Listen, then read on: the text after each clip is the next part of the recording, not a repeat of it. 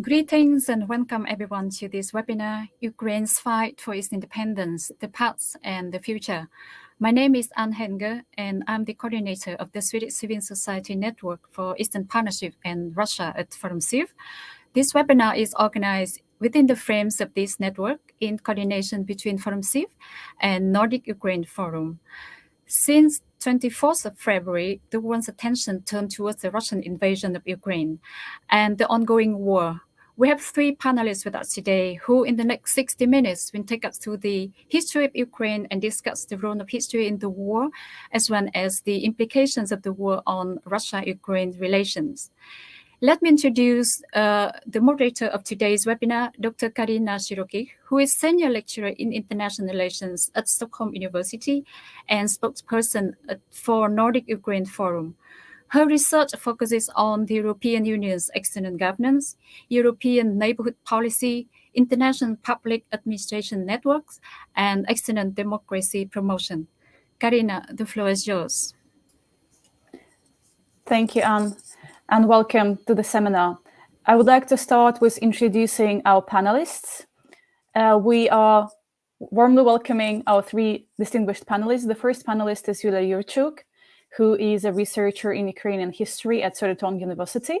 Welcome, Yuliya. Then we have Dr. Andreas Umland, who is an analyst at Stockholm Center for Eastern European Studies.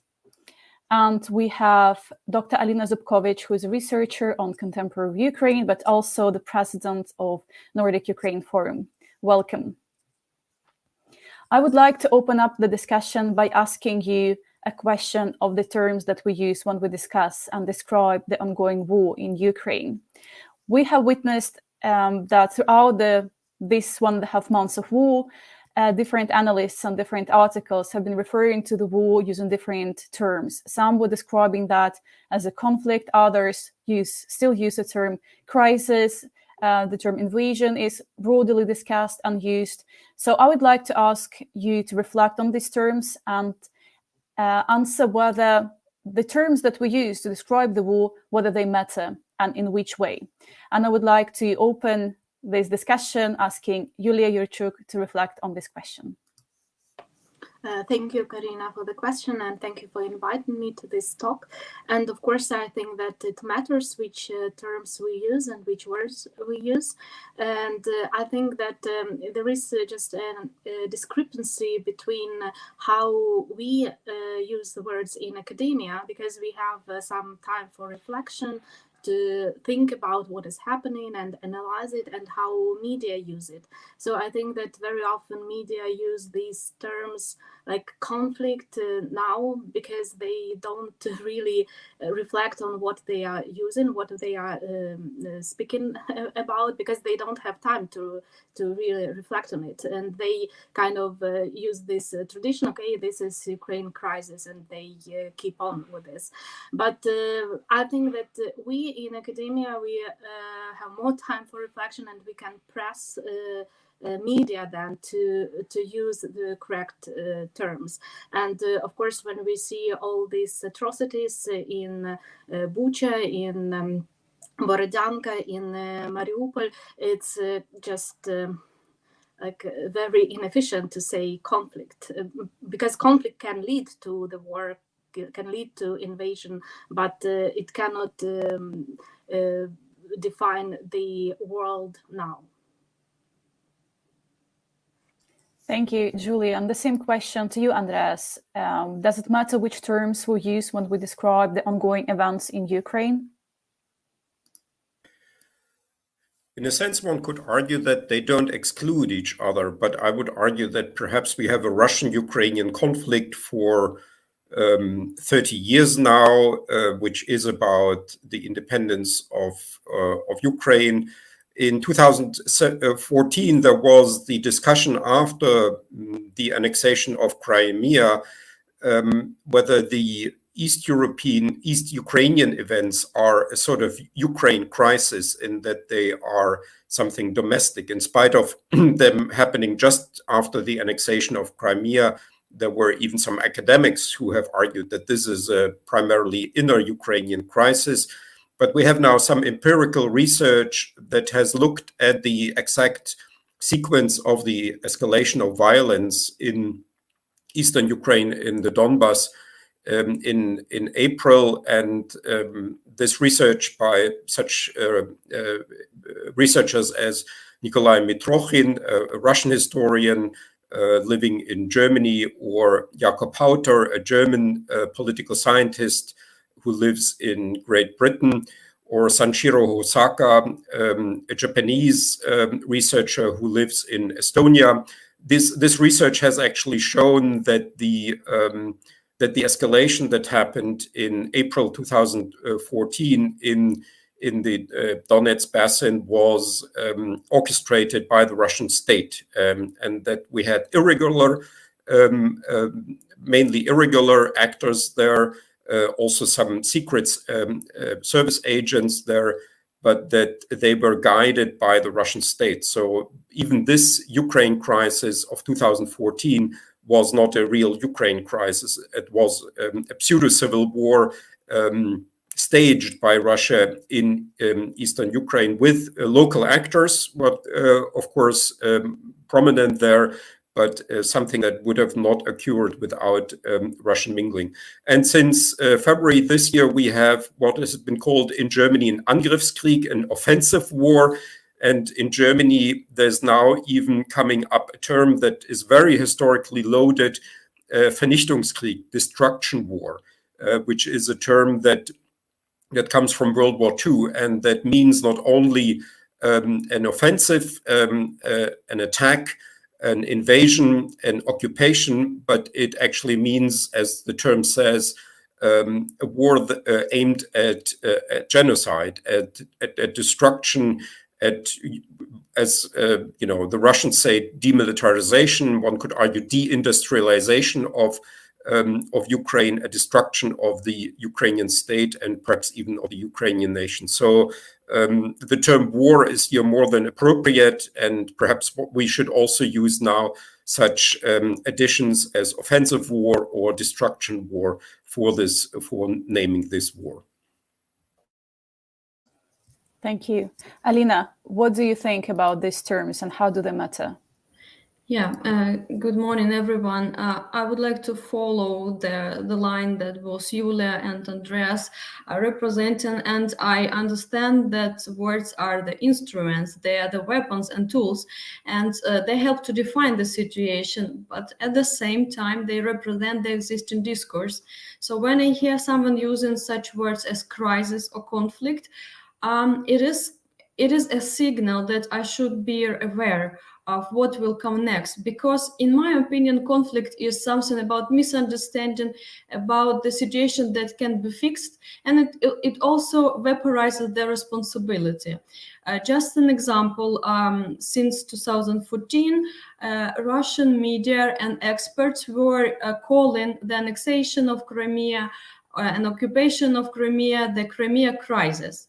And I remember the situation when I was at the presentation at some Swedish university, where the professor was talking about Russia, and he was using this word, Crimea crisis. I addressed this publicly and told that this is probably not the proper way to describe the situation. Use the word annexation, use the word occupation. However, the answer was no, I will continue doing this. And the other part of the problem is that I didn't get any response from other colleagues sitting in the same room, meaning that the neutrality or representations of both sides, or thinking that this is their question to decide of Russia or Ukraine, we will just keep perceiving this as usual, is something that we were facing since 2014. And so this brings me to the question of some certain colonial world perspective that we are still facing. So it is quite wrong. We need to decolonize knowledge. We need to fundamentally separate studies on Ukraine to address proper words. This is the start of this discussion. Thank you, all of you, for reflecting on the terms that we're using. So I will stick to using the word war, meaning destruction war or offensive war, as suggested by Andreas. I think that this clearly reflects what is going on in Ukraine.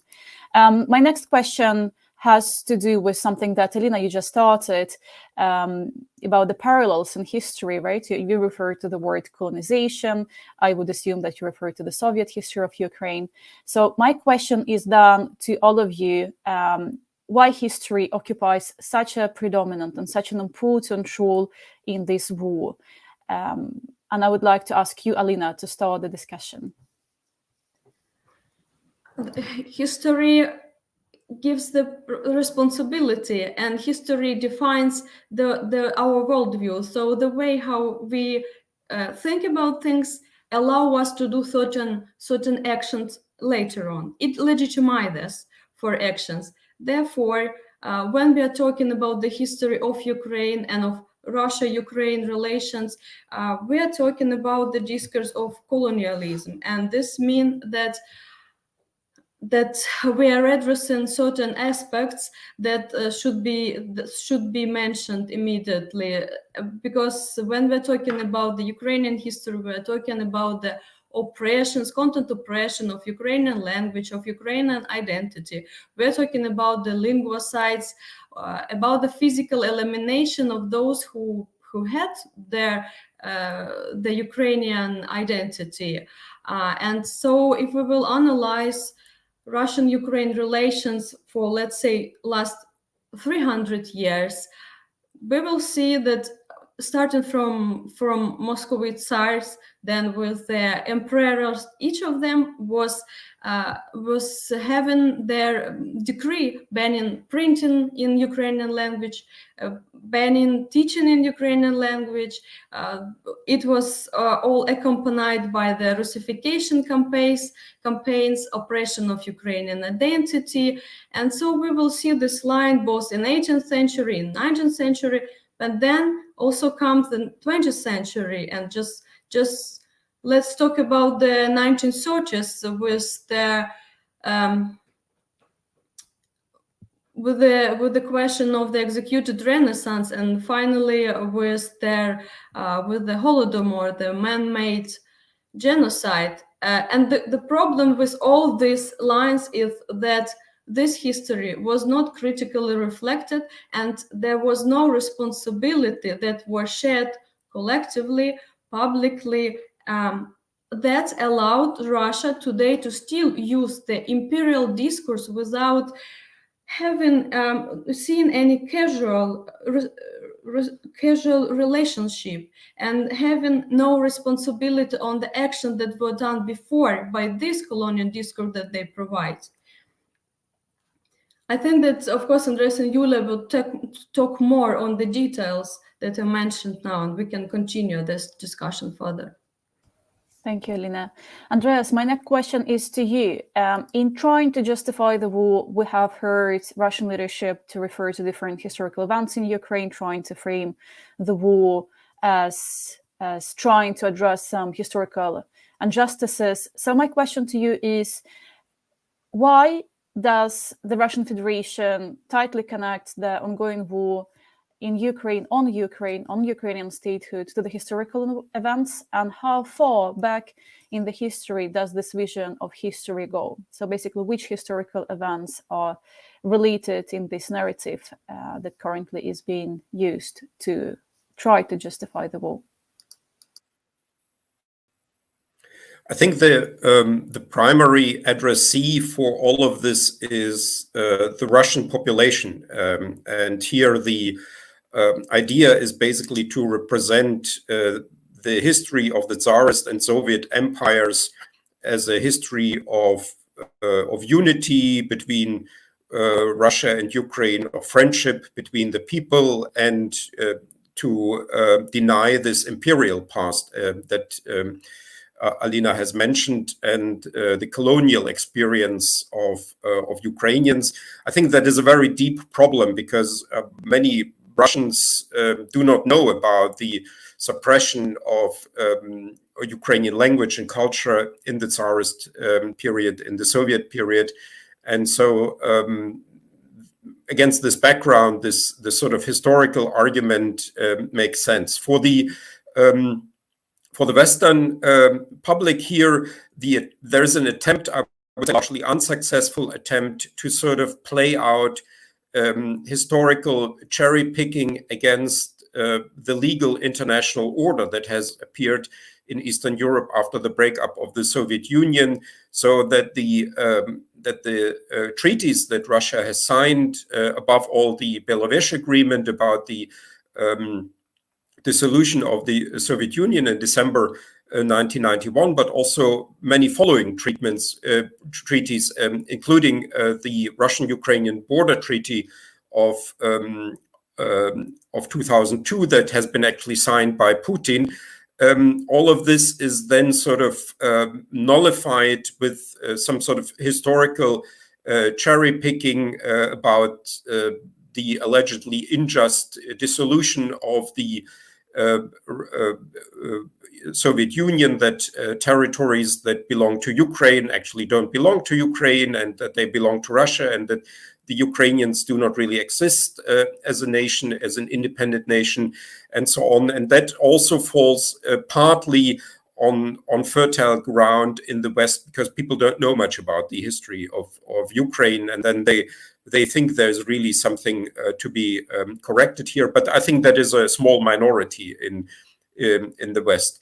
The other argument that is made here is that allegedly Ukraine is something like a reincarnation of fascist Germany, and therefore Russia has again a sort of world historical mission to do here vis-a-vis Ukraine in fighting against Nazism, allegedly in Ukraine. That is also a story made up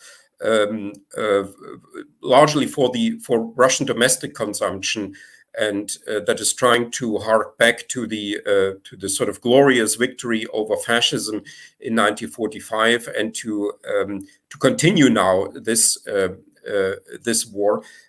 What is often forgotten there is that the Soviet Union and Nazi Germany were actually allies during the first 2 years of the Second World War. Sometimes what is forgotten is that there was not only not a non-aggression pact in August 1939, but there was also a friendship treaty, a friendship and border treaty of September 1939 between Nazi Germany and the Soviet Union, where they agreed about the division of Poland, and then Nazi Germany and the Soviet Union cooperated in the economic sphere above all until Nazi Germany attacked then finally the Soviet Union. So that is one of the many things that is not reflected upon here. And as I said, there is a certain cherry picking here about certain political and historical circumstances that are then presented as a justification for the war. But I think the principal issue here that everybody should keep in mind, that history is always very, very has many pictures and many periods and references and so on.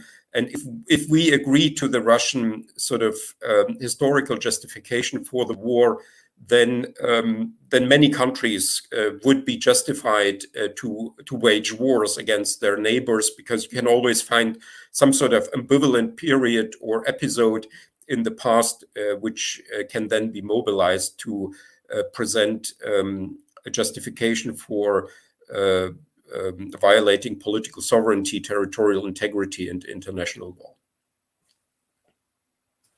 Thank you, Andreas. And my next question is to Yuliya. Andreas, in his answer, just mentioned the Winter War. So I wanted to ask you about the parallels that we are often reading about, that people are trying to draw between the current war and other events in history, be it wars or other events in history. So therefore, I wanted to ask you, how appropriate are those historical parallels? How far can we go drawing such parallels? And with which historical events or wars we can compare the ongoing war? Of course, it's very normal and usual for us human beings to look for parallels. In such a way, we are making sense of the world. And as historians, we usually also look for some parallels, but then we also understand that each situation is unique in itself, because we live in another time. So it is not the 30s, it's not the 20s, it's 2022 we are in, and of course it makes a lot of things different. And just to go far into history, for instance, this kind of parallels when Ukrainians are presented in the Russian imperial or Soviet discourse as enemies, it has a long history, because in the 18th century, for instance, those who were representing the side who was against Peter the Great, for instance, it was exactly Mazepanets. They had this generalized term for this. And then during the 20th century, we had this Petlurevets, we had Banderevets, and all these names, and they were just used for defining the people who are against Russian dominance and against the Soviet regime, and it didn't mean that those who were called like Banderevets, that they were supporters or sympathizers of Stepan Bandera. It only meant that people were for the independent Ukraine. And in this sense, there is nothing new in a way that Russia is now saying that everyone in Ukraine or Ukrainian government is Nazis, because it's kind of already a tradition to depict all those who want to have Ukrainian sovereignty as some kind of bourgeois nationalists, as they were called in the 20th century, and now they call it Nazis. So it's something what is, I would say, usual. But then again, if we go back to history and draw parallels between like Winter War in Finland, of course, in the size of Ukraine and Russia, this kind of parallels are like welcoming. So we are just see the difference in the size of the armies, and we think, okay, this is maybe something like it was in the Winter War. But still, I wouldn't say that we have just the same situation. But what was and what is similar is just Russia trying to mark their imperialist borders and keep these borders. So in this way, it's the similar situation, I would say. Thank you. And I would like to move to the question of implications of this war. Obviously, it has drastic implications for Ukraine and Ukrainians, but also it will have huge implications for Russia and Russian population, but also Western countries. Therefore, I wanted first to ask you, Andreas, about implications of the war for the security situation, national security implications for the Western countries, including for Sweden. Yeah, I cannot reflect that much on Sweden because I don't know Swedish. So I will more reflect on the discussion in Germany, but I suspect it's somewhat similar to the one in Sweden. What we have in Germany is a discussion that is basically a sort of opposition of solidarity versus security. So there's a lot of solidarity in Germany, a lot of help coming both from state organizations and from non-governmental organizations, from private individuals, from ministries.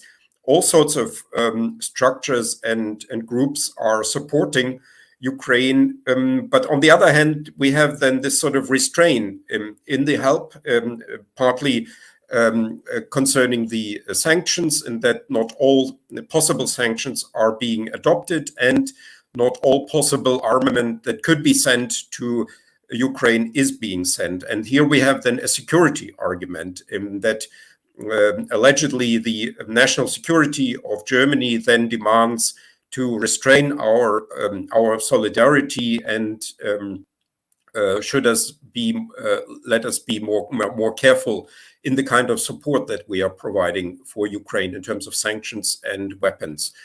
But that, I think, is a simplistic view of what is happening in Ukraine, because Ukraine is simply very, very close, at least to Germany, and it's also geopolitically rather important. So we have already been, I think, very well illustrated what the danger of this entire war is, not just for Ukraine, but for the whole of Europe, when we saw these pictures of Russian troops on the territory of the Chernobyl nuclear power plant, the former nuclear power plant, or on the territory of the largest European nuclear power plant in Zaporizhzhia, in Enerhodar, where we even have footage of fighting on the territory of the largest European nuclear power plant. I think that should have illustrated to everybody that this war is not only about Ukraine and Ukrainian security, but it's also about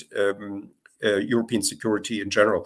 Also, the growing refugee flows, I think, should illustrate that this is not just about Ukraine. We may get millions and millions of more refugees from Eastern Europe, perhaps not only from Ukraine, but also from other East European countries, including Russia. And we may in the future get many more refugees from Africa and from Asia, because both Ukraine and Russia have been important for the supply of foodstuff, especially of grain for Africa and for certain Asian countries. And if these countries do not receive enough foodstuff, enough grain, then we will have new refugee flows. And last but not least, Ukraine is also an important country for, or the integrity of Ukraine is important for the international regime for the non-proliferation of nuclear weapons. The truly scandalous aspect of this entire war is that it, of course, is happening in the framework of Russia having nuclear weapons and Ukraine not having nuclear weapons. That is very much determining both Russia's behavior, but also the West's behavior towards this war. But the truly scandalous aspect of this is that Russia not only has nuclear weapons, but Russia is explicitly allowed to have nuclear weapons by the Non-Proliferation Treaty signed in 1968. And Ukraine does not only not have nuclear weapons, but Ukraine is also forbidden to have nuclear weapons by the Nuclear Non-Proliferation Treaty.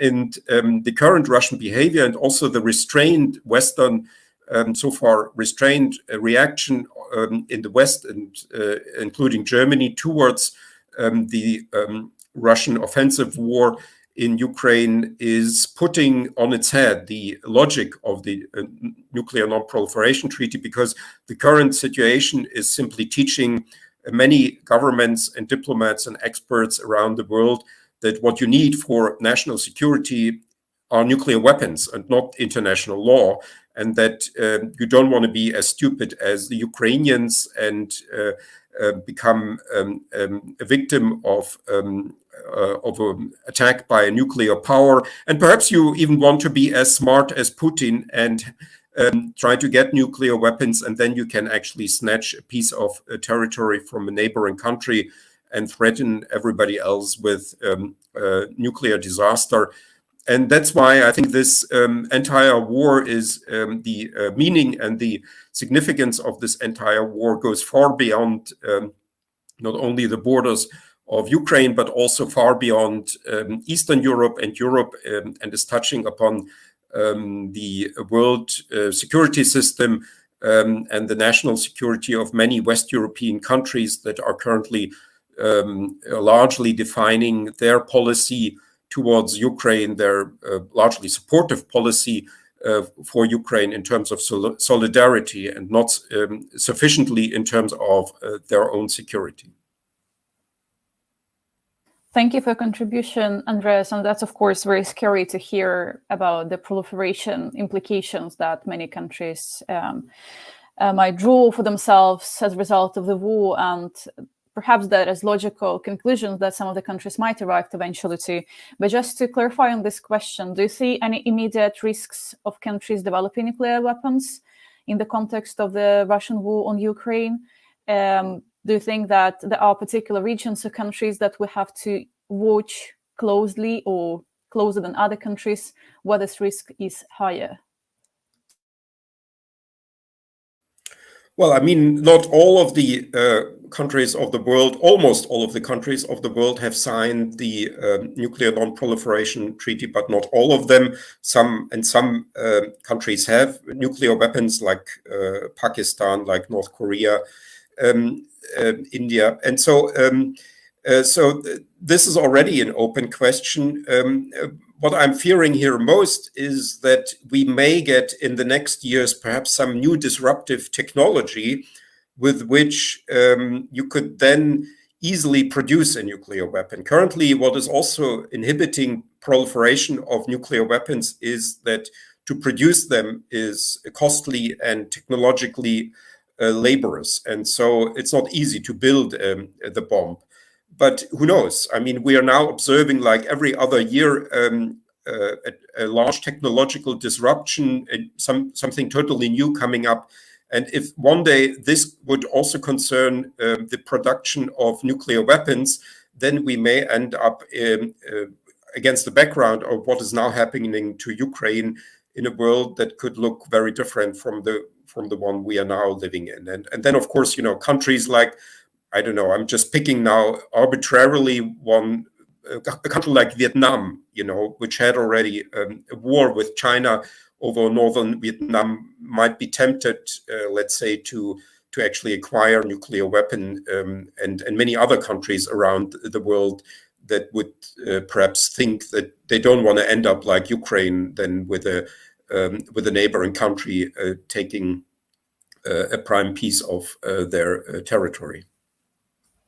Indeed, the implications, as you say, might be, unfortunately, very scary and global. But I would like to get back to the implications for Ukraine and Russia. And I wanted to ask my next question about Ukraine and Russia explicitly and their relations. And I'd like to ask you, Yuliya, to reflect on these implications for Russia, for Ukraine, but also Russian-Ukraine relations.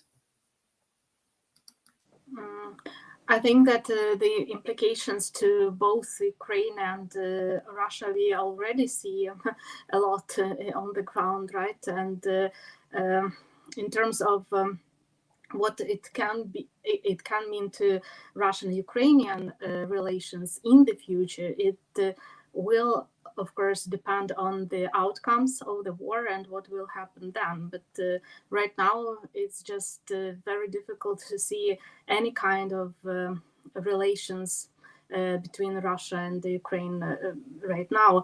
And I always think about this kind of questions about the relations now, and this kind of attempts to reconcile the people. And I think this is, I think that there is a lot of hypocrisy in this, because all these kinds of reconciliation work is usually done after the war is ended. And now we are in the war. Ukraine is in the war, and Russia is in the war. And all the reconciliation process is usually started by the perpetrator. So it's up to Russia how Russia and Russians will build up relations towards Ukraine, and it will be done after the war. So the war has to be ended before any kind of relations will be built. And then a lot of the work on this kind of reconciliation, dialogue, and whatever, it has to be initiated by Russia, because this is a state as a perpetrator, and it's Russians who have to do something towards reconciliation. But as for now, even those kind of statements which are like anti-war towards Ukraine, written by some Russians, I would say that there is very little reflection on this kind of imperialistic, expansionist politics, and I wouldn't say that I saw a lot of really deep reflection why we have this situation what we have now, why we have war, and how it became possible that so many Russians, even if anyone say that this statistics is not reliable, but still how it comes that so many Russians still believe that Ukrainians as a nation shouldn't exist. So this is really a question to Russian experts and the people who want to understand Russia. And this is really something what I was thinking about for all these days, how it came that we didn't see it coming, that it's so much hate towards Ukraine, how it came about. That's very interesting what you just pointed out. If we refer, for instance, or recall this instance of journalistic coming out, if you like, by Marina Ovsyannikova, the Russia One channel former journalist who has now been, who has fled Russia and now lives in Germany, if I'm not mistaken. So how she tried to frame the war, right? So saying that Ukrainians and Russians are brothers, and she has been regarded as a liberal journalist, or a journalist that became liberal and pro-democracy and anti-war, but her coming out and her references to Ukrainians as brotherly nations was quite critically perceived in Ukraine itself, right? Because of this, as you refer, different narratives and different attitudes that Russians have to Ukrainians as underdogs in a way. Then my question goes to Alina about the role of collective memory and what can we expect as a result of the war. What processes can we expect in shaping up of Ukrainian collective memory, and how broadly collective memory plays a role in reconciliation processes or processes of normalizing relations between countries? Yeah, thank you, Karina, for your question. First, I would like to address the case of Ovsyannikova, because it is very important to mention. She is in Germany. Moreover, she was offered the position of the journalist in their German media outlet. I think it's Welt or some big outlet, and she will be an expert on Russia and also on Ukraine. So what does this mean? The situation like this happening today in Germany. This means that the responsibility of the person who was for many years representing their propaganda, who was creating the narrative of Nazi Ukrainians, who was supporting the idea of occupation of Crimea, the war in Donbass, can easily declare that she is against the war and even do not address the responsibility that she has for all the previous years of her work. So such person can freely enjoy the outcomes of life in Western democracy. And I think this is a very frightening tendency that we witness, especially for Germany, because that goes in line together with other signals we see from there. The rally, the Russian rally to support whatever Russian officials that has happened a couple of days ago. Moreover, the very weak leadership, which is this, it seems to me, it is the strategy that Germany has selected to lead on, and I'm very frightened because this all would lead to further acceptalization, legalization of the and normalizations of the discourse on war and the situation in Ukraine. So we are in war. We're having this discussion during the war, right? We know that there is the genocide happening in different cities of Ukraine. We know there are much cases of the rape cases. And therefore, in this situation, when we witness all of this, we understand that each country has to do certain actions. And we know what are these actions. Yes, to provide particular weapons, to support Ukraine, not only with the words, but particular decisions. And therefore, while during this period of time, we witnessed that propaganda journalists having jobs in Germany or pro-Russian rally have taken place in Germany, make us clear that it has been this continuation of the colonial narrative has been accepted, granted, and we might continue living in this. Therefore, as for implications, I think that first of all, we should understand and reflect critically what should be done in terms of our understanding the past, what actions are accepted by the society, and what are not to be such, and finally, as for the future, I understand that if we're talking about the further implications, I think our mental map of Europe will be reconsidered. And because we used to live in the conceptual framework where Western Europe was perceived at the core of democracy and civilization, Eastern Europe at the periphery, and some post-Soviet space was addition to Russia.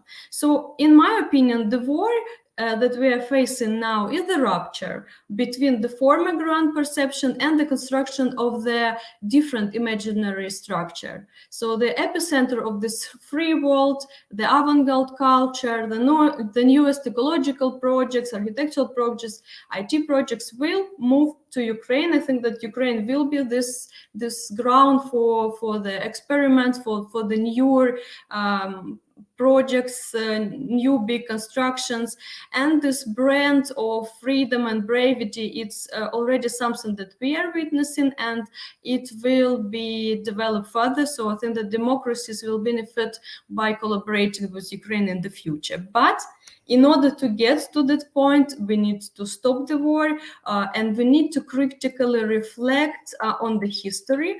Therefore, we need to critically reflect also the role of Ukraine, because it was not addressed before. We need the Ukrainian research centers.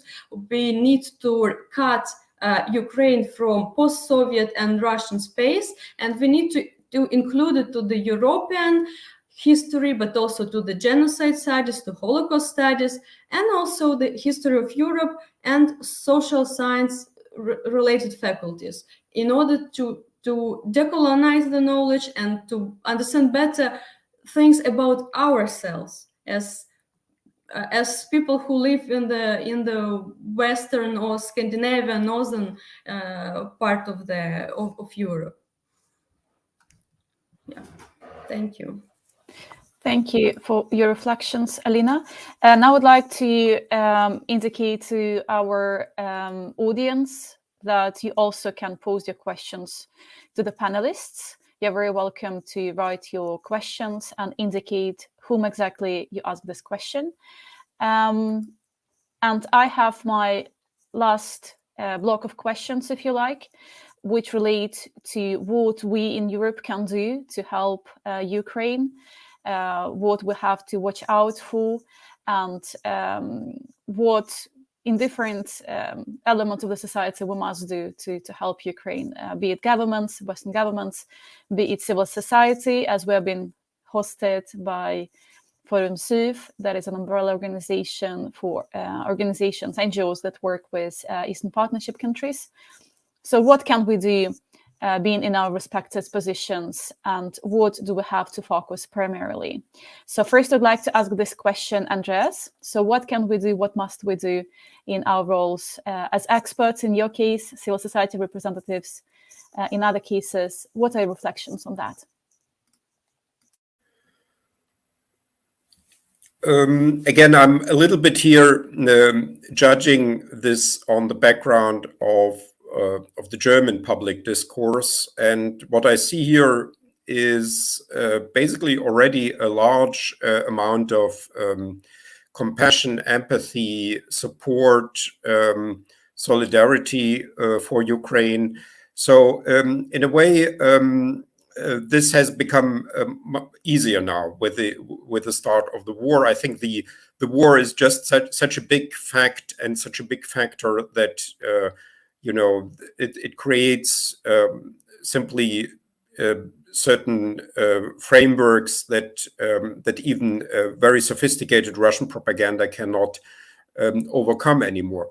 Still, I think we need what we need primarily now, perhaps apart from the good job that at least in Germany journalists are doing concerning the current war, is more detailed discussion about Ukrainian history within the Tsarist Empire, the Soviet Empire in the post-Soviet period. You know, what exactly was specific and what was common of Ukrainian history with the histories of other countries. So something that I'm always trying to communicate here is, yes, Ukraine has a somewhat divided electorate. It has different regions with different dialects, with different languages spoken. But that is in fact the situation that many European and also non-European countries are in, and that Ukraine is actually quite common here. What I liked a lot was, for instance, the response of a Kenyan diplomat to the speech by Putin, in which he justified the war with this sort of arbitrary borders of Ukraine that were indeed drawn by the Soviet regime. The current borders of, you know, that is to a certain degree true. The current borders of Ukraine were drawn by people like Lenin and Stalin. But and this Kenyan diplomat was replying, well, you know, this is not only true of Ukraine, that its borders were drawn by the former imperial power, but that's also true of my country, of Kenya, which also has somewhat arbitrary borders, where some Kenyans live outside Kenya, non-Kenyans live inside Kenya. So this is, for instance, something that needs to be talked more about. And then the other topic I think that I mentioned already is why is this all important for European countries?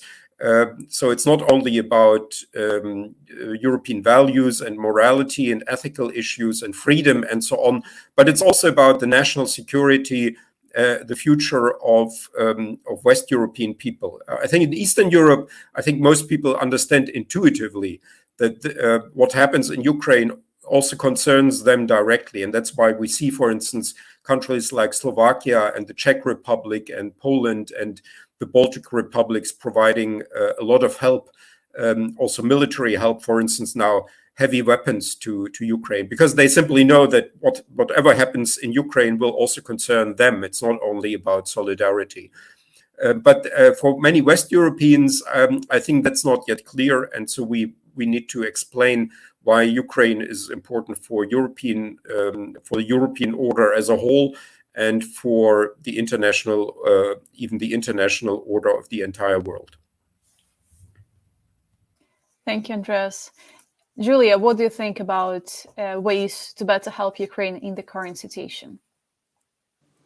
I think about support of European Union, of Western democracies. This is really something what should and will help Ukraine. And I mainly think about ourselves, like academics, what we can do, what scholars can do. And this is exactly in line with what Andreas was saying, that we need to concentrate more on the imperialist history of Russia, so to explain the position of Ukraine this territory during that time, so that we could see more parallels between other empires, because we have a lot of research done on like British Empire and how these borders, for instance, were drawn in Africa, for instance, or somewhere else, but not in Russian Empire. So this is something what is like a blank spot, especially in the West, I would say.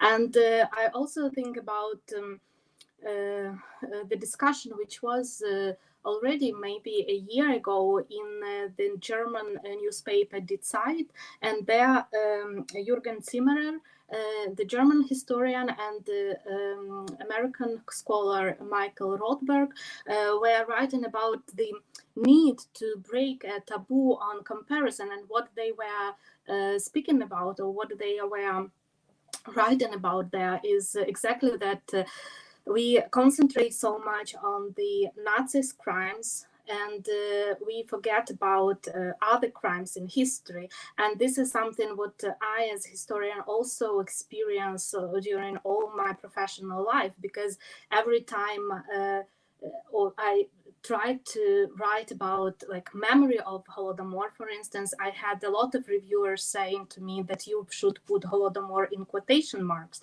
because this is only a construction, it's not a reality.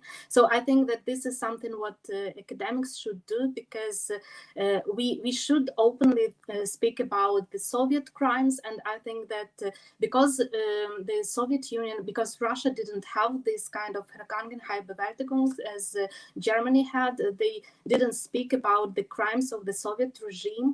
They concentrated mainly on this triumph and great victory that in a way legitimizes the war now. So I think that this is something what was not done, but it's something which should be done. And here I also think about Tony Judd, when he wrote in his post-war book that after the collapse of the Soviet Union, we still didn't try to reflect on the fact that after 1945, it was not exactly the situation when all the nations were freed, because a lot of nations of Eastern Europe were still suppressed and oppressed by the Soviet regime. It was not exactly the kind of victory everyone in the Eastern Europe were striving for.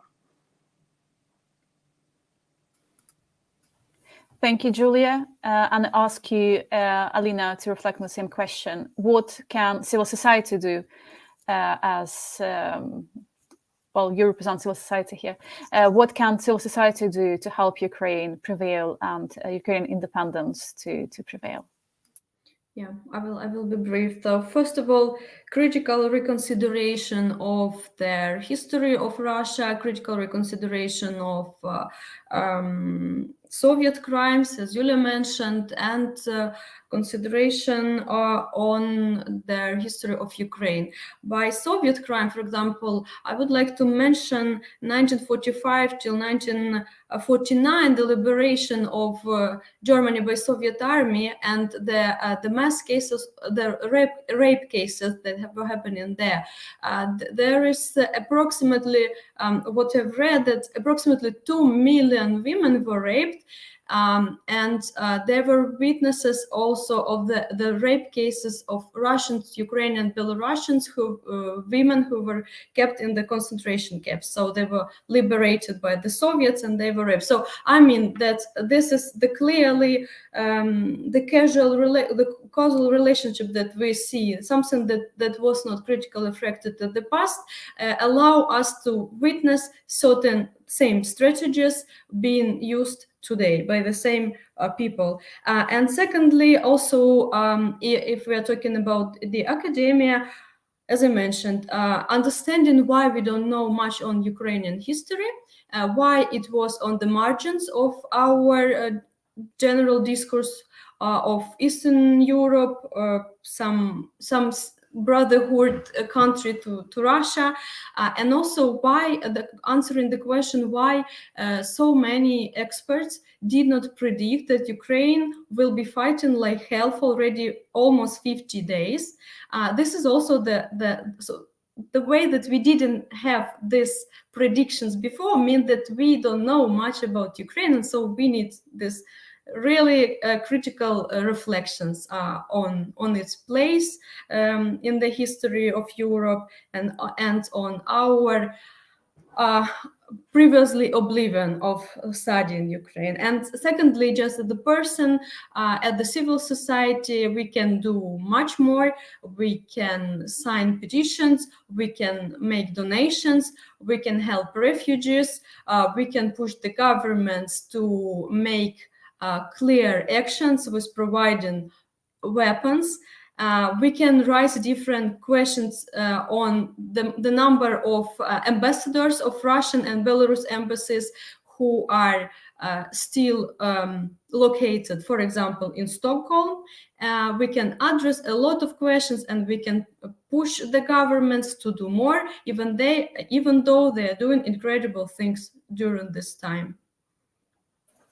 Thank you, Alina. Now I would like to read some of the feedback that we received online, alongside many greetings messages. There were a few comments that in a way go along this discussion. For instance, Lisa S.O. says that for many years the Baltic states have been aware and they warned the EU and NATO about the imperialist appetite, as LIA puts it, Leah puts it, so that Russia had this imperialistic appetite, but they were treated, she says, as Russophobes and paranoics. And then we had a comment from Jonathan, who writes that we need to be involved as much as it is possible in helping Ukraine fight this war. And then there was also a comment by Camilla that writes that the conflict term that is often used currently assumes that there are two parties being in the conflict. So the argument of Camilla is that the war of Russia on Ukraine is one-sided, and therefore the conflict term is not that appropriate. So these are the reflections of our audience that I wanted to highlight. If you want to give some feedback on these comments, you're very welcome to unmute yourselves.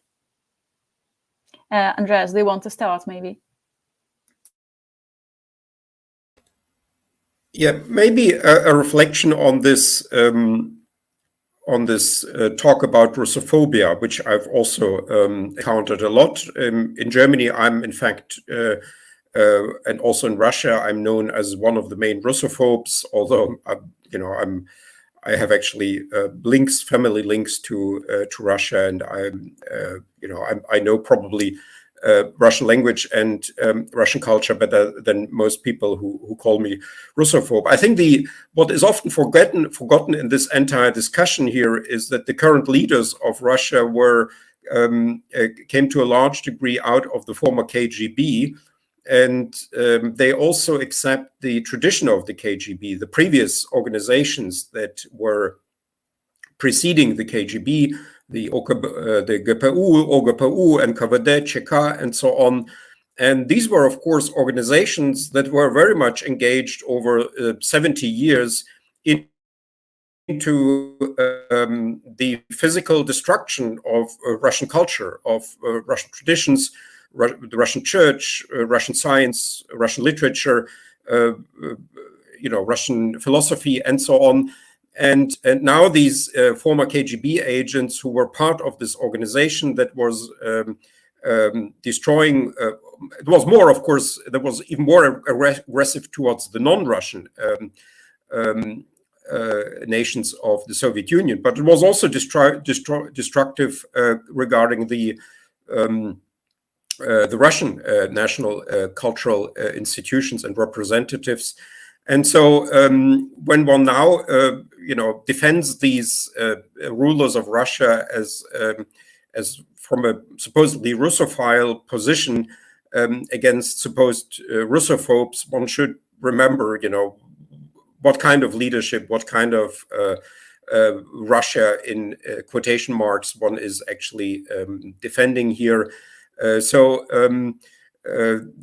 is a very common argument one finds about Russophobia that is also built, like much of the arguments about Ukrainian history, it's built on naivete about the actual history of the Soviet state and of the institutions of the Soviet state, out of which people like Putin, Sechin, Patrushev, Narishkin, and so on came. Thank you, Andreas, and thank you, everybody. We have now reached the time limit and we need to finish. I would like to thank you dearly and say that I do appreciate a lot your time in these very troublesome days. Your participation here is highly valuable, so thank you for coming. But also I'd like to thank the audience who found time to participate in the seminar and share with us their interesting reflections on the ongoing war. Of course, this discussion will continue after the seminar, and stay tuned. We will provide you with more insights. On behalf of Forum SCEEUS and Nordic Ukraine Forum, I would like to wish everybody a good day and wish you good luck and hopefully see you soon. Goodbye, everybody.